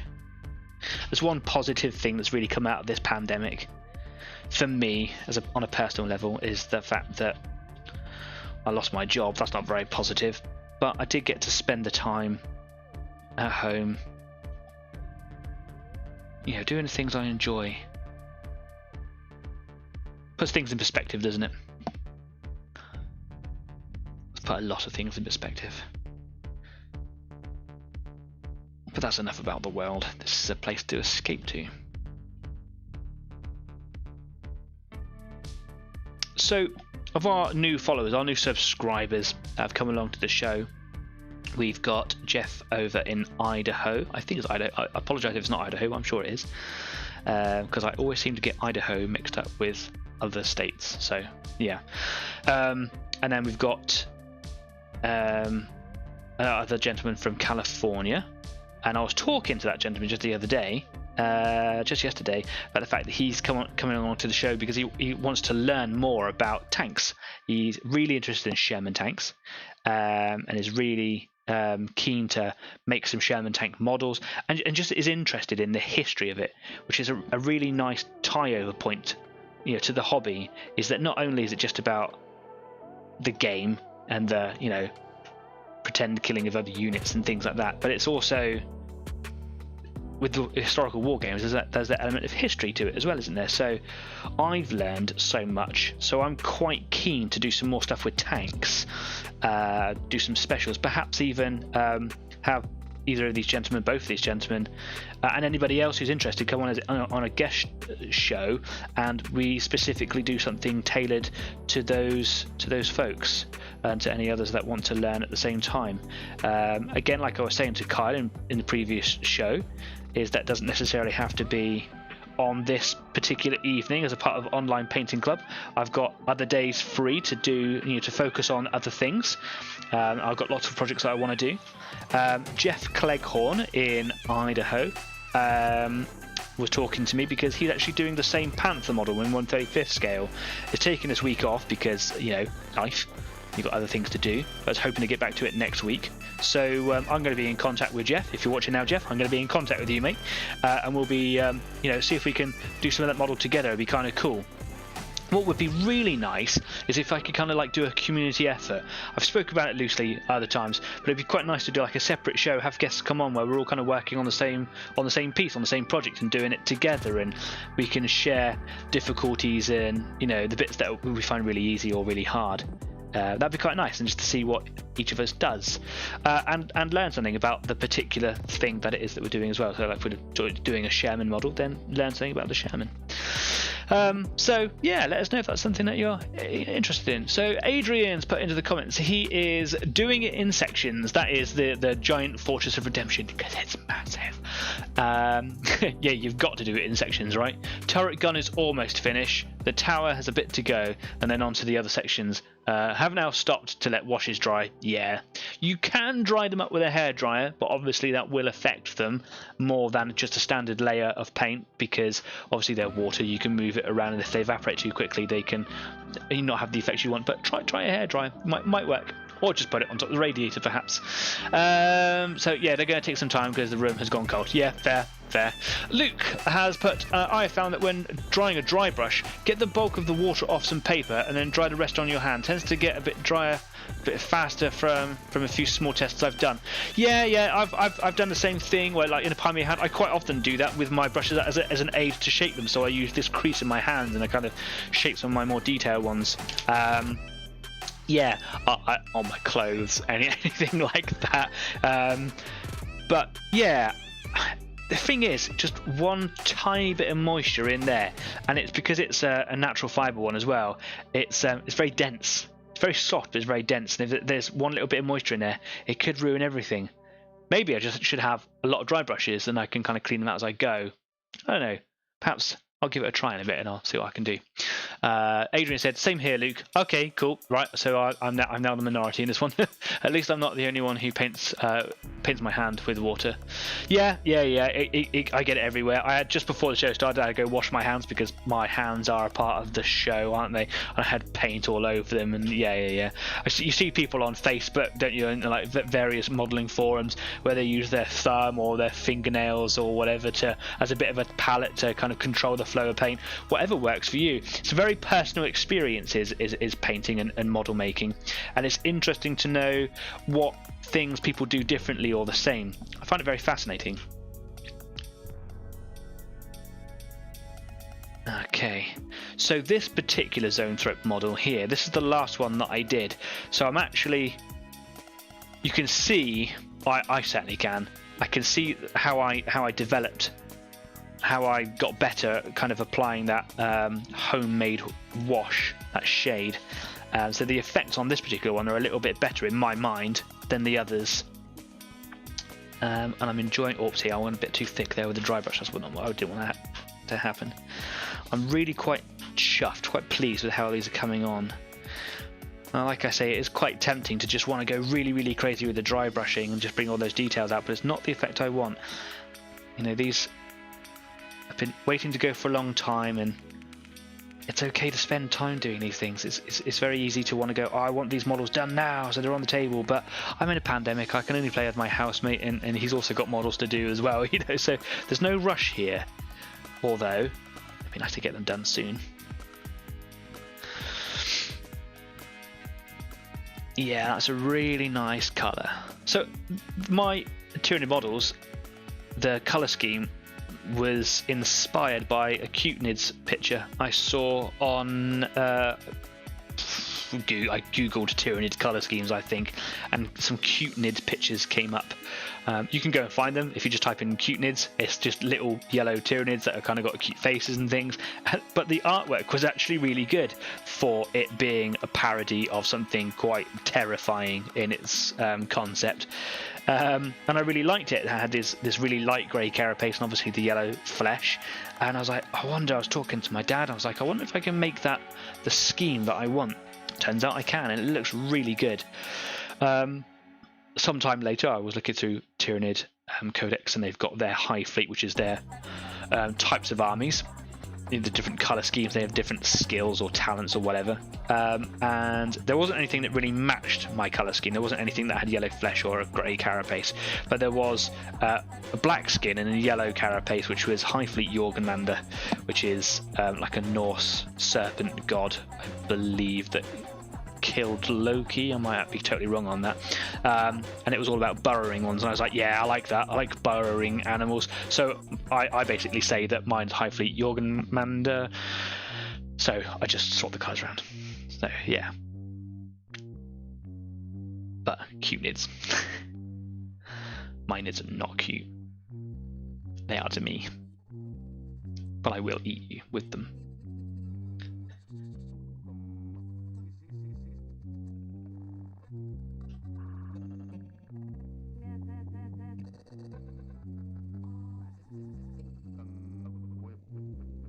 Some really nice effects going in with the dry brushing. I'm really quite happy with it. I'm getting quite close now to some of the other colours on some of these smaller pieces, so I might move on some of these spines here. I might move to a smaller brush and just kind of affect the edges of them, and then over the next couple of days I can start just bringing out some more details and taking my time with these details a bit more, because the dry brush is quite a crude effect generally. It does its job, but I want to go more gentle.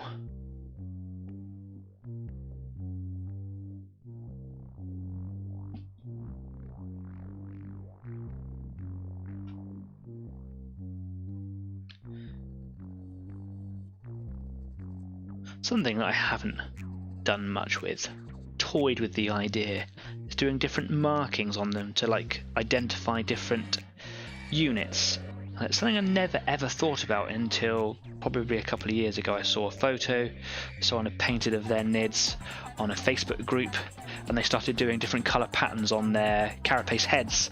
So they're very similar colour carapaces, so they had grey carapace and whatnot, but they had these different markings on them that you might expect on like insects or beetles and things, and they had like these red lines, and they were all different, but they matched for their squad or their unit.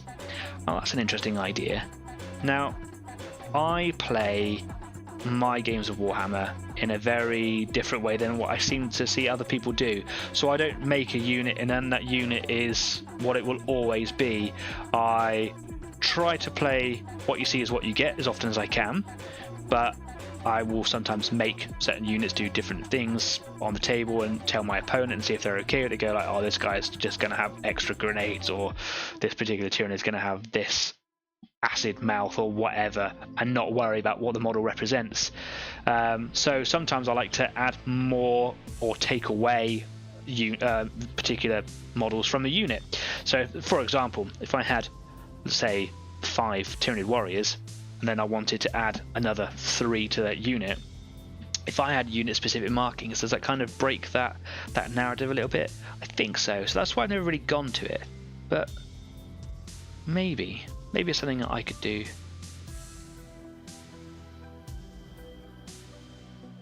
Space Marines, very easy.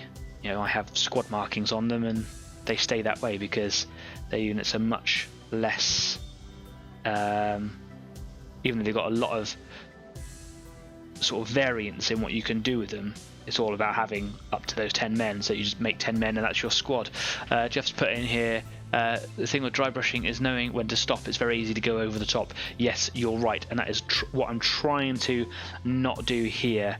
I'm working in some tight spaces here, and I'm trying to make sure that I don't go too heavy on one spot where the brush can't seem to get past. Like I say, this isn't my primary highlight. This is just a little something just to kind of soften up the attack that the wash has made. That's a good way of describing it, the attack. Because the wash has quite a strong effect, even though I've applied it quite thinly and it's not been so heavy.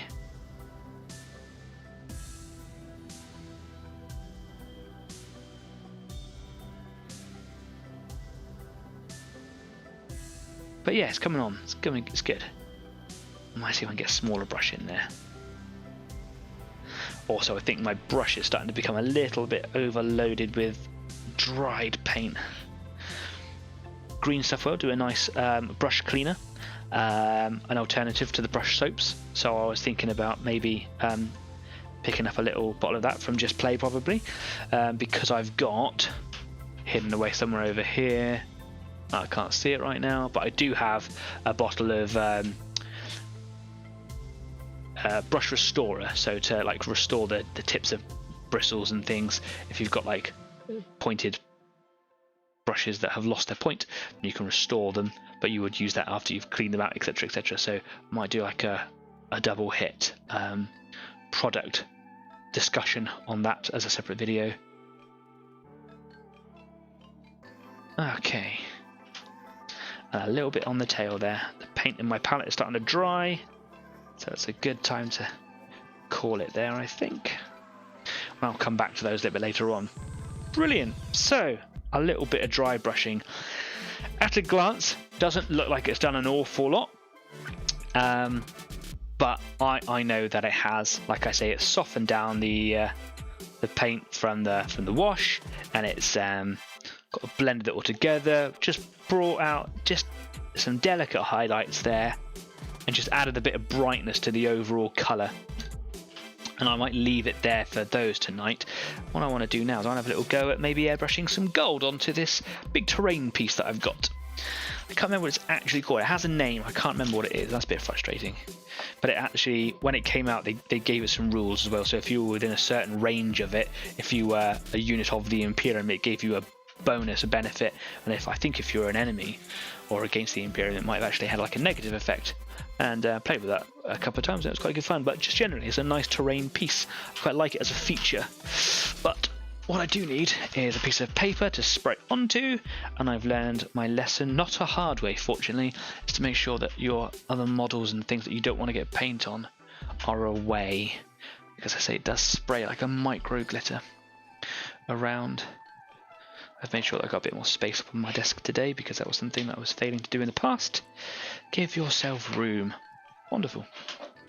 Okay, headset's getting a bit achy. Another bit of tea. Right, I have here a big box of airbrush paints, Vallejo Air. And if you remember, we were talking with Kyle about all the different sort of metallics and gold colours that you can get, and this bright bronze, this is a lovely colour.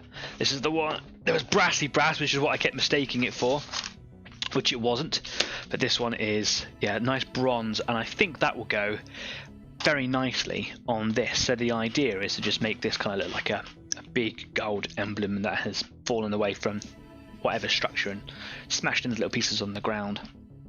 What I don't like about this and other terrain features like it is that because it's obviously formed plastic, it has that very hollow sound, and it's quite light and it's easy to knock and move around on the table. So I might add in the future some clay or plasticine or something that can just fit in there, add a bit of weight, and it will take away that echoey. It sounds quite toyish, and I know it's a toy to whatever, just, you know, whatever extent, but it kind of just adds that little bit of I suppose that illusion that if it's heavy it's more valuable. But yeah, that's something that I might do, just to kind of make it a bit more substantial in its own mass.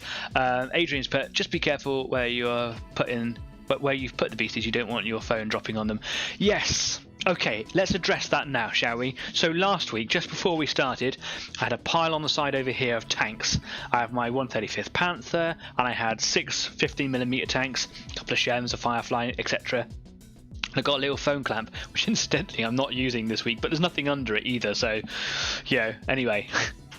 I tried to put my mobile phone into it, and the clip didn't clip it. I pinged it, and my phone shot out of my hands, and it fell straight down, and it cut one of my tanks in half, or knocked the cannon out of one of my Shermans.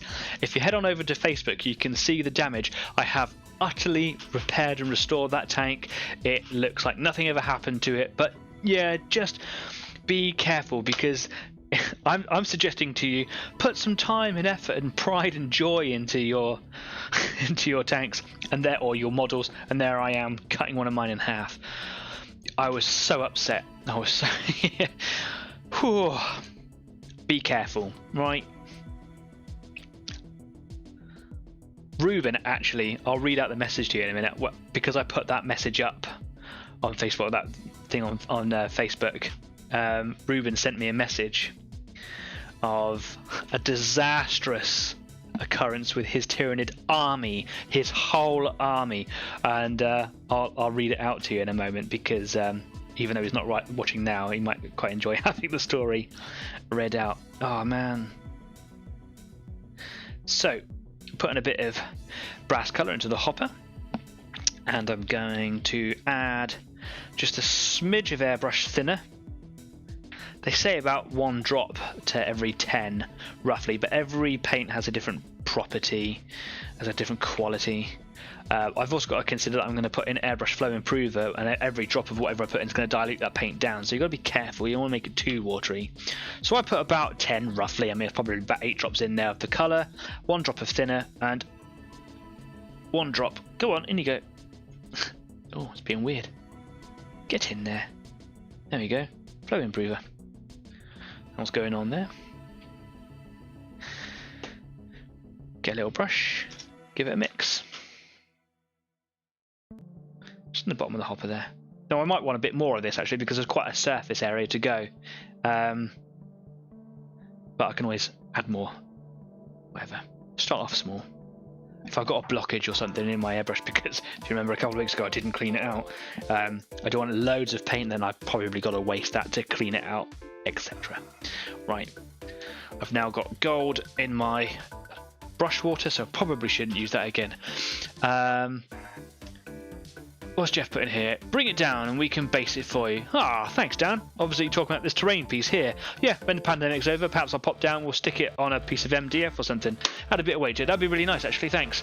Adrian's put heartbreaking. I'd call Ruben's story. Oh, so you've read the story? Yeah. yeah, it brought a tear to my eye. My partner was reading it with me as well, and we were both like, whoa, such a shame. But apparently he has learned. Right, here we go. So let's get some of this gold on here. I really like this colour. I'm not normally a fan of metallic paints. Oh, yeah, it's a bit blocky, isn't it? Because they're not very realistic. And we spoke about this. Some of our guests have said in the past that they're not a realistic colour. You're right, they're not. That what makes them shiny is the fact that they've got a glitter in them, like a micro glitter of some sort. And then there's the colour of the paint that makes it the colour it is, and then the glitter makes it shiny. However, there are brands out there. Vallejo do their own ones as well. Green Stuff World do some really interesting things. AK makes some really, really fantastic looking products. I've yet to play with them, but they are actually metallic. It's very hard to explain what I'm trying to get at, but they're like pigments and you add them to it and they come out like brush steels or whatever effect you're trying to get. But yeah, worth having a look if you're interested in that. My uncle spoke to me some time ago now, was given a model of Sputnik. It's a very simple model, you know, as its end result, but he wanted to obviously not use metallic paints because metallic paints have that kind of, if you're looking at them, that grainy effect of where the metallics, where the glitter is. So he wanted to use something that would simulate or have the properties of real brushed aluminium or whatever it was made out of. I don't actually know what Sputnik was made out of. But AK Interactive makes some really interesting real or true metals, I think they're called, worth having a look at. Green Stuff World do their own pigments and metallics. They're all very interesting. Like you actually add a powder to a paint or a medium. Fascinating. They also do a chrome paint, which I said last week, I think, or the week before, actually looks a little bit cheap. And if you add a wash to it, it actually reduces the reflective properties of it, which is what gives it the chrome look. So it's very difficult to achieve anything. However, I think that if you were to maybe use oil paints and do what we would when I was playing around with the Terminator model a couple of weeks ago, you might be able to get some interesting effects. Worth buying a little tiny pot and experimenting, perhaps. Be interesting to see what you can come up with. Alternatives to metallic painting.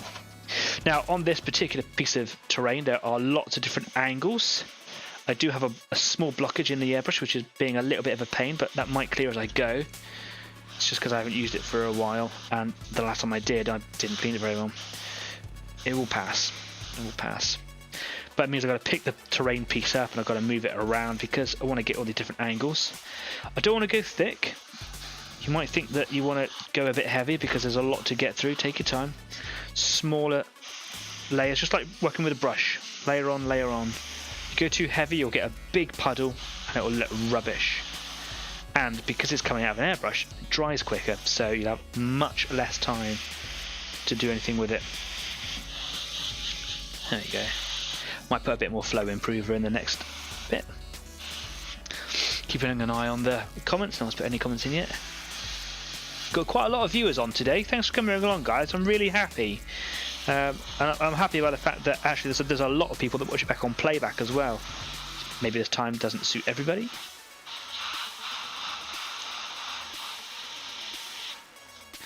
We have 21 subscribers now to this channel, which is just amazing. That is 0.21% towards monetization. That is a long way off. If we ever even get that far, if that's what Easy 8 is going to be, that's what it will be. But for now, it's a wonderful community. I'm very proud and happy to present the show. 21 subscribers. I never thought that we'd have that in 10 weeks. And if the show isn't for you, and you decide to not follow, but you happen to catch this bit, let me know what I could do to make it for you, because it's not just for me. I enjoy doing it the way I do it, but if you want to see something else, or if it's not tailoring to you properly and there's a way that I can improve that for you, do let me know. I want to make it for everybody. I want to include everybody. If that means making it longer for a little bit, or, you know, doing it over a couple of days, or whatever. Those are just some examples. You know, it can be whatever you want. I will consider everything. I can already see the improvement that this colour has made to this piece of terrain. Look at that. Oh, I could see it in my head when I thought of it. I was like, yeah, this is the colour that I want. When I was painting that Terminator, I was like, yeah, I know what I'm going to do.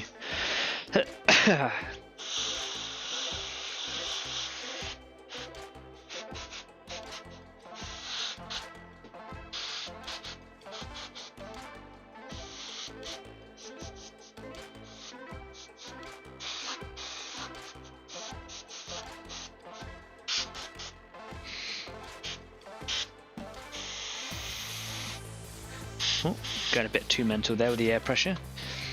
That's another thing you've got to consider with if you're going to get an airbrush, is that different pressures, you can adjust it on your compressor.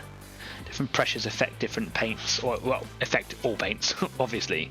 But you might want to consider different pressures by adjusting your gauge very quickly. It's very simple to do for different products. For example, a primer, by its very nature, is going to be a heavier, thicker paint to shift through. It takes a little bit more force, but too much and it spatters. So there's that kind of that sort of key area, that sort of Goldilocks zone, if you like, where you want to kind of get your pressures. Just takes practice.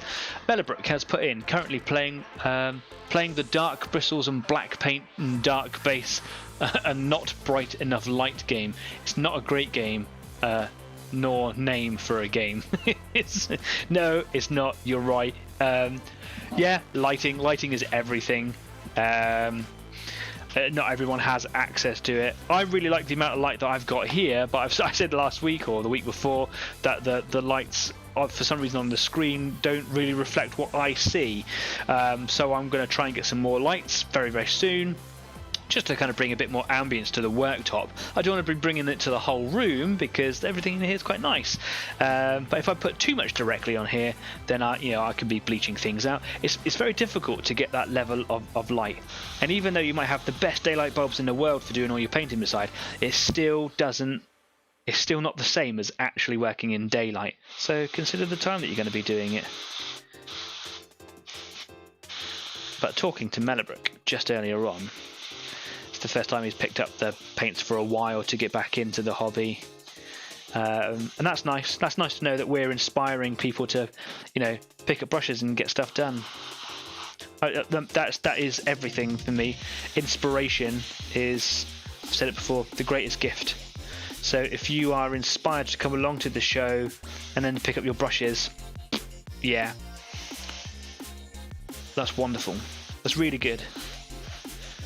Because why do we play games? The same reason we read a book.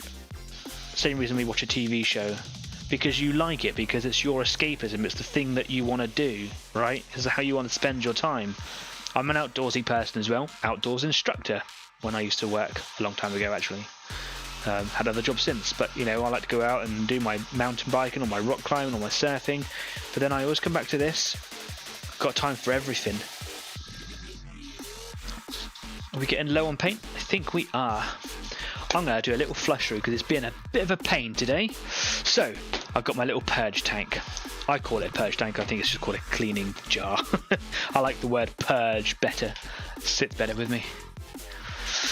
So I've got a bit of 50-50 water and cleaner. 50-50 mix of water and cleaner just makes your cleaner go a little bit further. I like to put that through after every decent colour change, if you like. And it's just being a bit problematic. I thought it might be a good idea to put some through now. If I'm doing a really good clean, I'll just use neat cleaner. Yep, cool. There we go. Let's get some water in there and just flush all that through. That's neat cleaner. That's not what I want. Actually do with a new bottle of cleaner.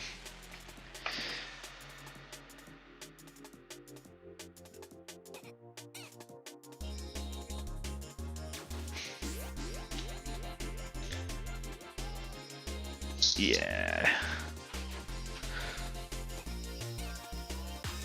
Bit more. There we go. It's all flowing through fine now. That doesn't mean that there's one tiny bit of paint somewhere inside the airbrush that will then dry up and block up. Cool. Let's put you there. Right, let's get some more paint in here. Give it a shake.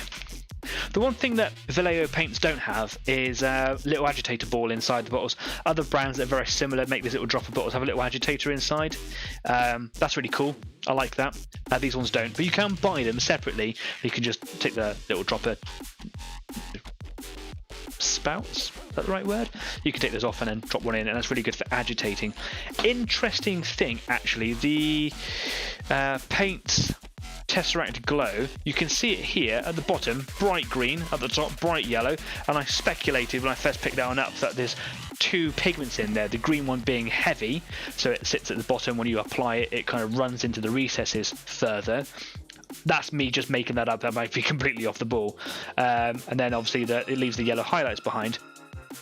I realised the other day when I was reapplying it to my Biovore model that the green settles as a very thick sludge at the bottom of it. So if you are using it or you are considering using it, consider the fact that you need to get a spatula or a paintbrush handle or something in there and give it a really good jazz up every now and then, because it sets it's almost like a clay at the bottom.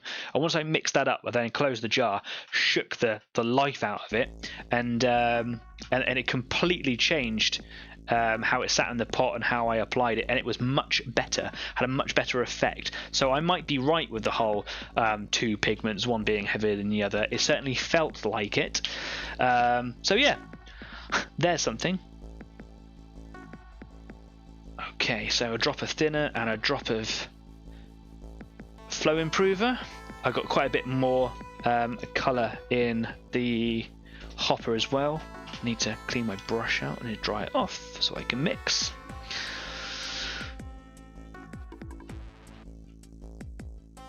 What's Luke's put in the comments, true 40k fan likes the word purge. Yeah, yes, very true. Yeah, you're right. Purge. It just sounds good, doesn't it? It feels like a good word to say, purge. I'm purging my brush. No, now purge these bristles.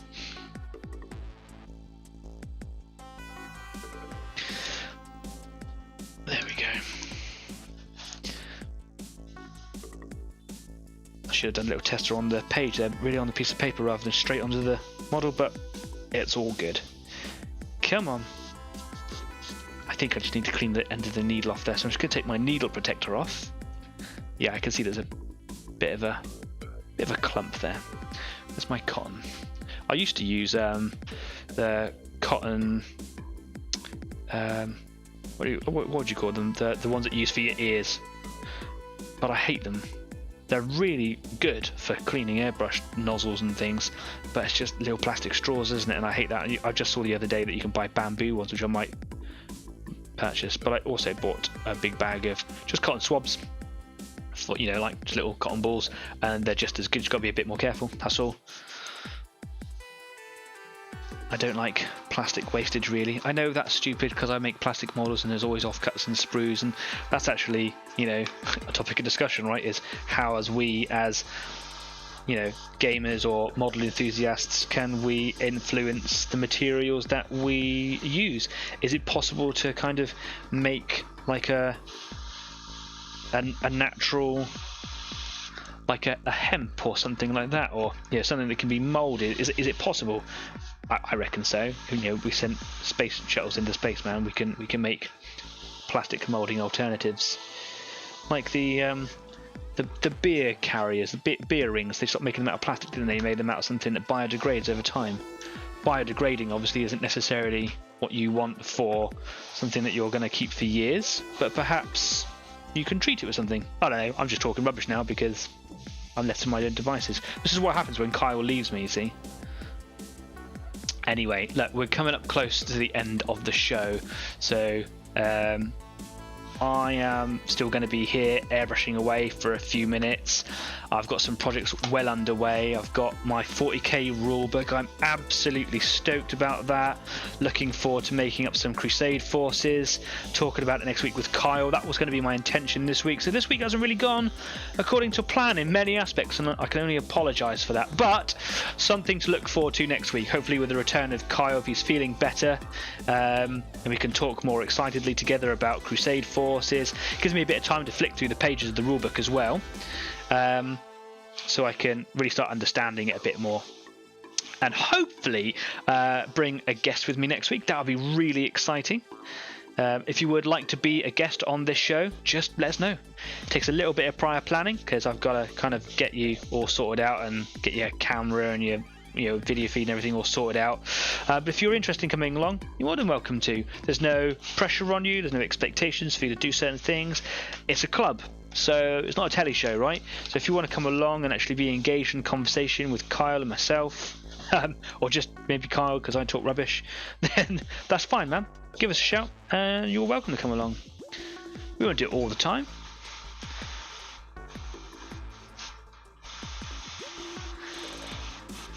Oh, I'm getting some real blockages going on there now. Oh yeah, a good lump just came out. I saw that. Oh, look at that flow. There we go. Much better. So, another thing that we could do with a part of the show is actually have like another. It doesn't have to be as long as this particular evening, but we could just like talk about crusades that we're making, like crusade forces that we're making your army lists and discussing it. I don't know. I haven't really looked into talking about rules on a channel. There might be a big no for that, and that's fine. But we'll look into that before we commit to anything. So we won't necessarily give rules away and things, but we can talk about how we've constructed our armies, and then of course we can. I spoke very briefly about maybe collaborating with Saga, who make narrative stories out of the games that they play in form of battle report stories, which is kind of cool. Maybe we can do something with those guys as well. That'd be really fun. So if you can think of anything that you'd like to see from the show, then again, hit us up in the comment section. We've got someone else coming along now. We've got loads of comments going in. Luke has put, I know a YouTube person who made a full-size stomper with a spare sprue. That is absolutely brilliant. I'm going to come back to that in just a second. Adrian has put, terrain out of MDF. Got me some nice laser cut stuff. Still got to work out how to paint it.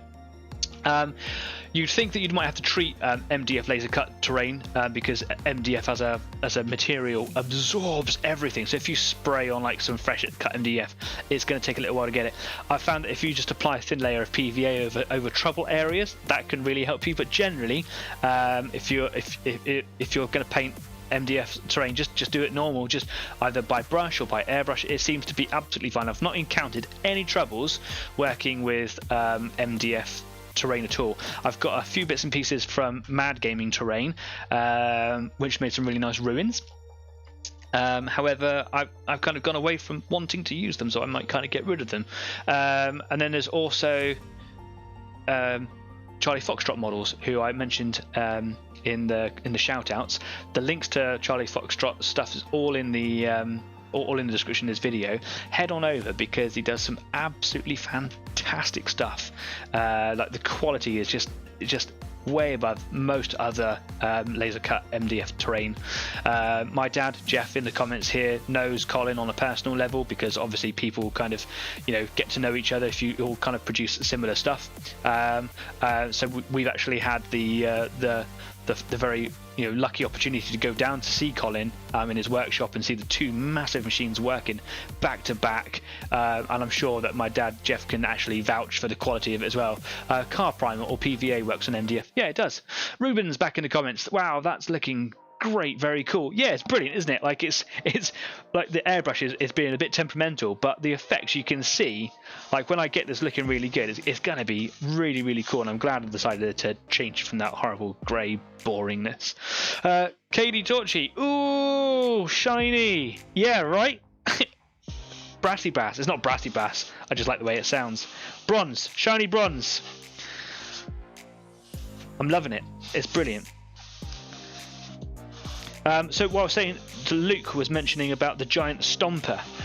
Something that I am going to do. I am going to do it. It's just about organising it, and maybe it's something that I need to advertise properly or just prepare for as a life move, because it's going to take a big project. I've mentioned it before, as I have most things, is that I want to do a scratch build. I want to do a big scratch build, and it's something that I'd like to do as a community effort, or at least provide it as something for the community. So I'll do a separate show on a different day where I'll do just 2 hours, and it'll be planned and we'll build something like a Thunderhawk gunship. So if you know what a Thunderhawk gunship is, it's a Space Marine spaceship, and as a model it's generally really big, so it would fill my whole workbench here. But rather than actually buying the model, not that I want to take that kind of opportunity for sales away from Games Workshop, I want to make one, like scratch build it. So from Pepakura files, like they are designed for making paper things. There are files on the internet, and they all seem to be really legitimate, and you can donate to the people who kind of designed them. What I wouldn't do is go and take like a third-party model or this thing to like a specific Games Workshop tournament or something like that. I'm not going to rub that in people's faces or anything like that, but to actually just kind of make it, to sculpt it if you want, out of plastic cards and things like that, is definitely something, an experience that I want to have and offer to people who want to kind of come along and do it as well.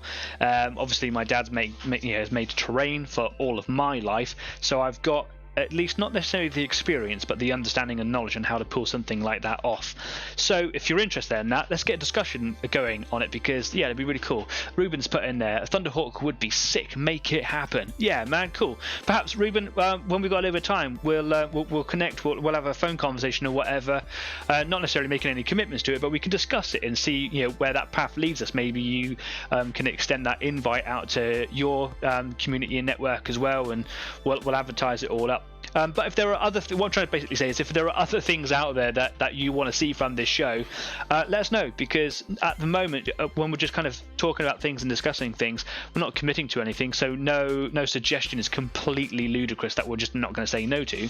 You might go like, oh, can you just do like a specific show on cars or whatever? I've never made a car model before, and I haven't done airplanes for years, so yeah, there's lots of scope, lots of different things. Anyway, let's come away from the workbench. Let us know how you've been getting on. It's the end of the show. We're just gone past 9 o'clock. I think I've pretty much talked about everything that I wanted to talk about today. It's a shame that Kyle wasn't here, but we'll go back over everything that we were going to discuss this week when Kyle is back, because I wanted him to get as much out of this as possible. I'm really sorry about the lack of community spotlight. Something's gone wrong. It's probably user. it's probably got something to do with that. I just couldn't access the files for some reason on the computer to bring them up on the screen. So again, Ruben, I know you're watching right now. Apologies, mate. I put you through all that pressure to get those photos of me on time, and I couldn't even show them. But I will show them next week. Yeah, some more comments going in just before we go. Jess, that looks real nice. It looks like real metal. It does. When you're looking at it really closely, it has that grainy effect that you get from metallic colours. But it looks phenomenal. I really like it. Look, shiny gold thing. Yeah, cool. Anyway, I'm going to sit here for a bit and try and clean my airbrush out. I'm going to be active on Instagram. And on Facebook, here on YouTube, a little bit on Twitter. If you want to know all of our different addresses for all the different social media platforms we've got, here they are, bottom of the screen. I made this new thing so you can see them all here. There we go. I always point in the wrong direction. So if you want to, hit us up on Instagram, on Facebook, follow us on YouTube, or Twitch when I finally get that up and ready. Then, yeah, please, by all means, do. Put any suggestions, any comments, whatever, and yeah, I'll gladly talk to you all the way through the week. But from me, for now, that is the end of the show. I hope it's been a bit of a quieter one this evening. I hope you've enjoyed it just as much as normal. And if not, I aim to improve the experience for you for next week. So stay safe, stay happy, and I hope that you get more and more of your models painted. So yeah, no more playing with grey models. So from me, take it easy, and I'll see you next week. Bye-bye for now.